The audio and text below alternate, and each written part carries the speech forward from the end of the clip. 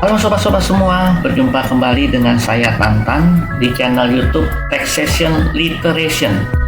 Seperti biasa, jangan lupa like dan subscribe ya di layar kanan bawah para sobat, agar kalian semua bisa selalu menerima informasi terupdate seputar perpajakan terkini dari kami. Pada episode kali ini, saya akan membagikan bagaimana cara perhitungan pajak PPh pasal 21 bukan pegawai berdasarkan peraturan baru.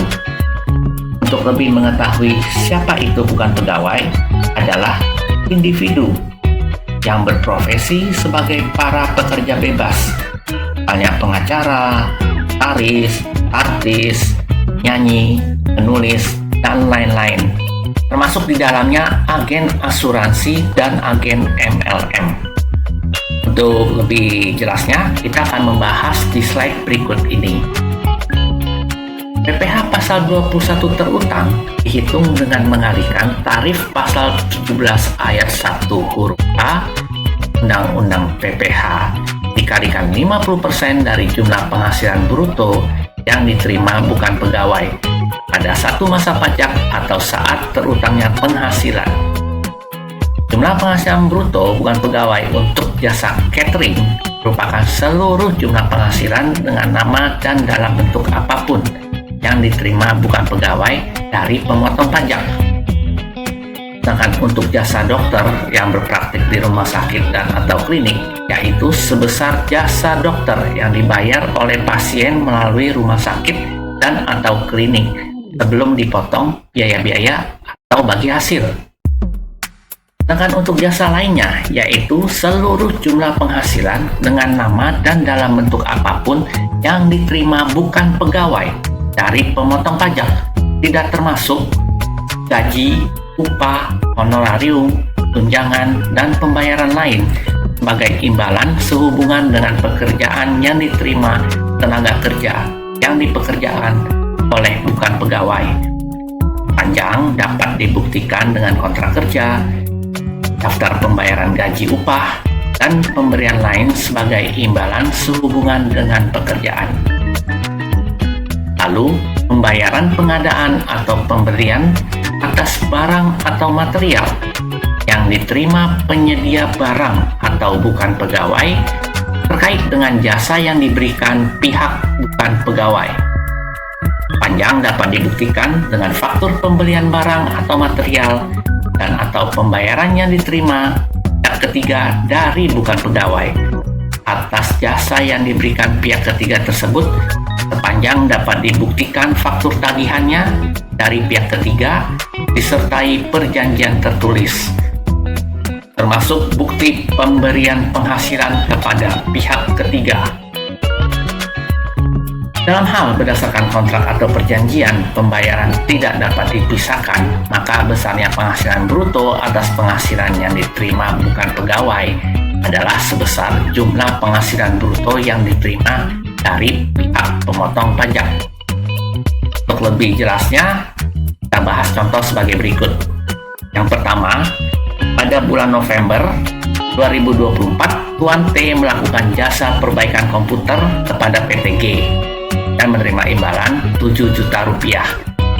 Dasar pengenaan pajak PPh 21 penghasilan yang diterima Tuan T adalah 50% dikali 7 juta sama dengan 3,5 juta. PPh 21 yang diterima oleh Tuan T adalah 5% dikalikan 3,5 juta sama dengan Rp175.000. PT Game membuat bukti pemotongan 17.216 untuk Tuan T. Sedangkan untuk Tuan T wajib melaporkan penghasilan yang diterima dari PT G dan bukti pemotongan PPh 21 sebagai kredit pajak dalam SPT pribadinya untuk tahun pajak 2024. Kemudian untuk contoh kedua, Tuan R merupakan dokter spesialis anak yang melakukan praktik di rumah sakit dengan perjanjian setiap jasa dokter yang dibayarkan pasien akan dipotong 20% oleh pihak rumah sakit dan sisanya 80% akan dibayarkan kepada Tuan R setiap akhir bulan. Selama Januari sampai dengan Maret 2024, jasa dokter yang dibayarkan pasien kepada Tuan R di rumah sakit adalah sebagai berikut. Bulan Januari, jasa dokter yang dibayar sebesar 45 juta rupiah. Dasar pemotongannya 50% dikalikan 45 juta rupiah sama dengan 22.500.000 rupiah. Kita kalikan tarif pasal 17 ayat 1 huruf A besar 5%, didapatkan angka 1.125.000 rupiah. Bulan Februari, jasa dokter yang dibayar sebesar 49 juta rupiah. Dasar pemotongannya 50% dikalikan 49 juta sama dengan 24.500.000 rupiah. PPh 21-nya dengan mengalihkan tarif pasal 17 ayat 1 huruf A 5% dikalikan 5% dikalikan 24.500.000 rupiah sama dengan 1.225.000 rupiah. Untuk bulan Maret, jasa dokter yang dibayarkan sebesar 47 juta rupiah. Dasar pemotongannya 50% dikalikan 47 juta, dapatkan 23.500.000. Kita kalikan tarif pasal 17 ayat 1 huruf A sebesar 5%, kita dapatkan angka 1.175.000 rupiah.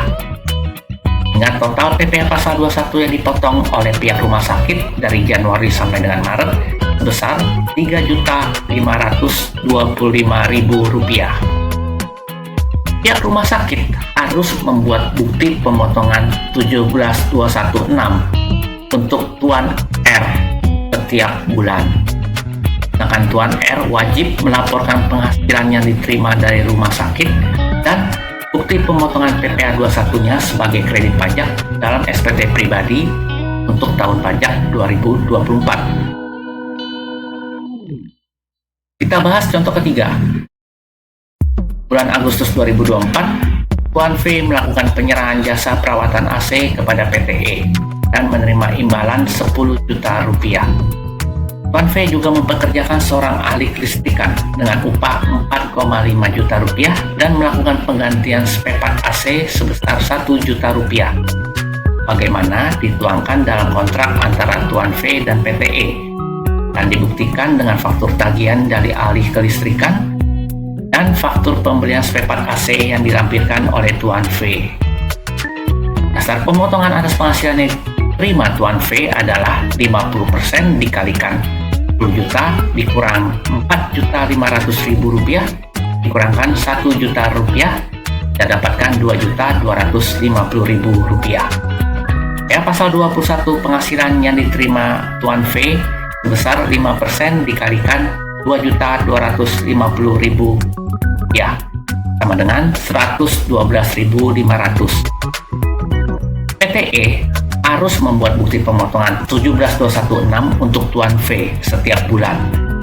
Tuan V wajib melaporkan penghasilan yang diterima dari PTE dan bukti pemotongan PPh pasal 21 sebagai kredit pajak dalam SPT pribadinya untuk tahun pajak 2024. Untuk referensi contoh soal tersebut bisa sobat lihat di lampiran PMK 168 tahun 2023. Baik, semoga tayangan video ini bisa bermanfaat.